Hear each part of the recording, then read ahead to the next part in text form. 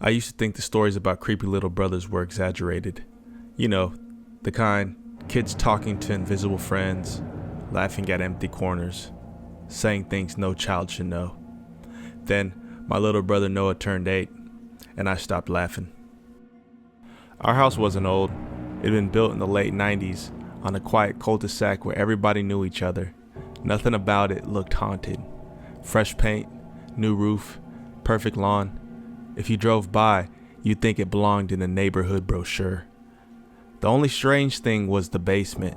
It wasn't creepy because it was dark.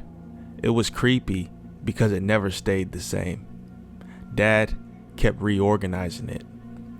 Boxes moved, shelves shifted, old furniture disappeared and reappeared. Every trip downstairs felt different somehow. Mom joked that Dad had basement ADHD. Noah hated it. He refused to go down there alone. Even grabbing canned food from the pantry stairs made him cry. He'd stand at the top yelling, "Can someone come with me?" I'd tease him every time. "Dude, it's just spiders." "There are no spiders." "Exactly."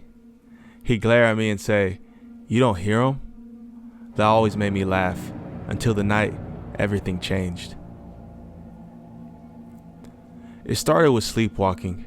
One morning, Mom found Noah asleep on the basement steps, not downstairs, just sitting halfway down with his head resting against the wall.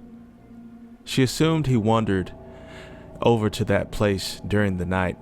No big deal. Kids sleepwalk. Then it happened again. 3 nights later, same place, same position, eyes closed. His hands were folded in his lap. This time though, the basement light was on.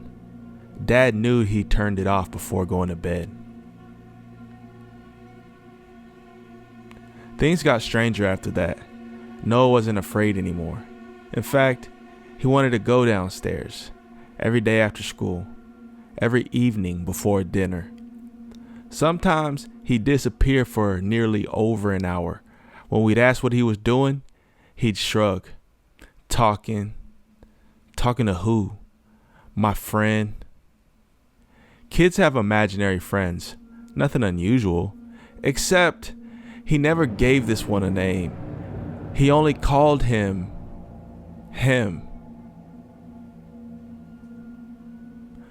One afternoon I followed him. I waited until he wandered into the basement, then quietly crept down behind him. The stairs creaked. He didn't react though. At the bottom, he stood facing the far wall, not moving, just staring.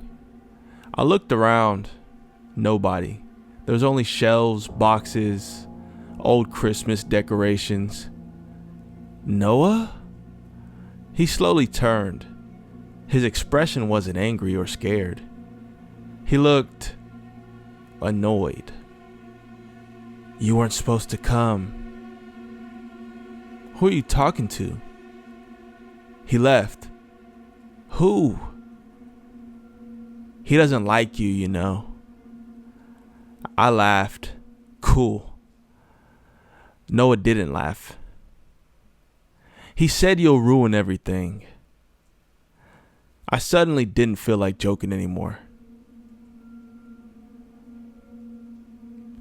That night, I heard whispering. At first I thought it was the TV downstairs. Then I checked the clock. 3:12 a.m. The house was silent, except someone was talking, very softly. I opened my bedroom door, and the whispering stopped. Then, footsteps. Tiny footsteps. Noah. He walked past my room, barefoot, heading downstairs. Without thinking, I followed. Halfway down, I heard him giggle. Not his normal laugh, higher, almost forced. Then another laugh answered him. It was lower, older. I immediately froze. Who was that? There shouldn't have been anyone else in the basement. Dad reached the stairs behind me. "What are you doing? Listen."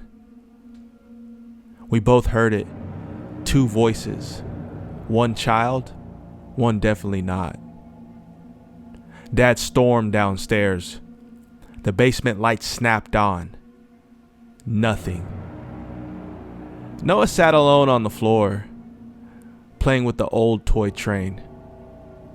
No second person. No open windows. Nothing. Dad searched every corner, every closet, all the storage rooms, and they were empty. When he asked Noah who he'd been talking to, Noah smiled. He hides when grown-ups come. Mom wanted to see a therapist, but Dad just thought it was his imagination. I thought maybe someone was sneaking into the house. So I set up an old baby monitor in the basement just to prove it. The next afternoon, when Noah went downstairs, I stayed in my room, just listening. For 10 minutes, nothing. Then, static. A faint voice. Not Noah's. Almost. Static. Ready. Then Noah. I know. Another pause. The older voice whispered something too quiet for me to understand. But I heard Noah laugh. I won't tell. The monitor went dead. Battery full, but still, it went dead.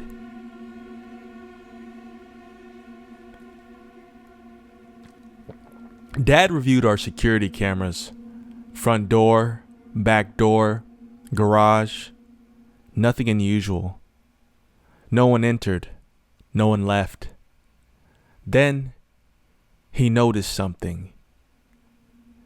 Every afternoon at exactly 4:18, the basement camera glitched.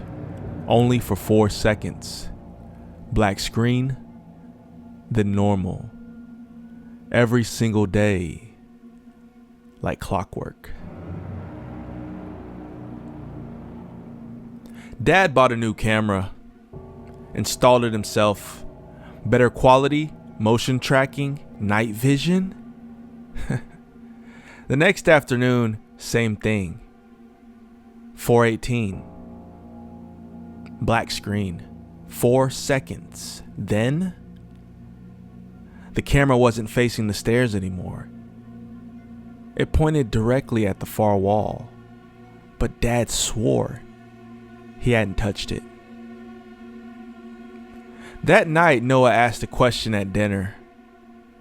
"Why don't you remember him?" Silence. Mom frowned. "Remember who?" "The man who lived here first." Dad answered, "No one lived here before us." Noah shook his head. "Not upstairs." Nobody slept much after that. Dad finally searched the basement properly. Not just boxes, everything. Behind shelves, inside walls, under the stairs. And that's when he found it. A tiny wooden door, hidden behind drywall. It wasn't part of the original blueprint. Someone had covered it years earlier. The door wasn't locked. Inside, there was a crawl space. Barely large enough for one person. Dust everywhere, except one clean path. Like someone had been crawling through it recently. The crawl space led to a tiny concrete room. No windows, no electricity, just a child's chair facing the wall. Nothing else. No toys, furniture, just the chair. Dad immediately backed out. The next morning, the chair was gone. Police searched the property. No fingerprints, no footprints, nothing. They assumed neighborhood kids had somehow gotten inside. So case closed. Dad sealed the crawl space with concrete. For a while, everything returned to normal. No whispering, no sleepwalking, no imaginary friend. We relaxed.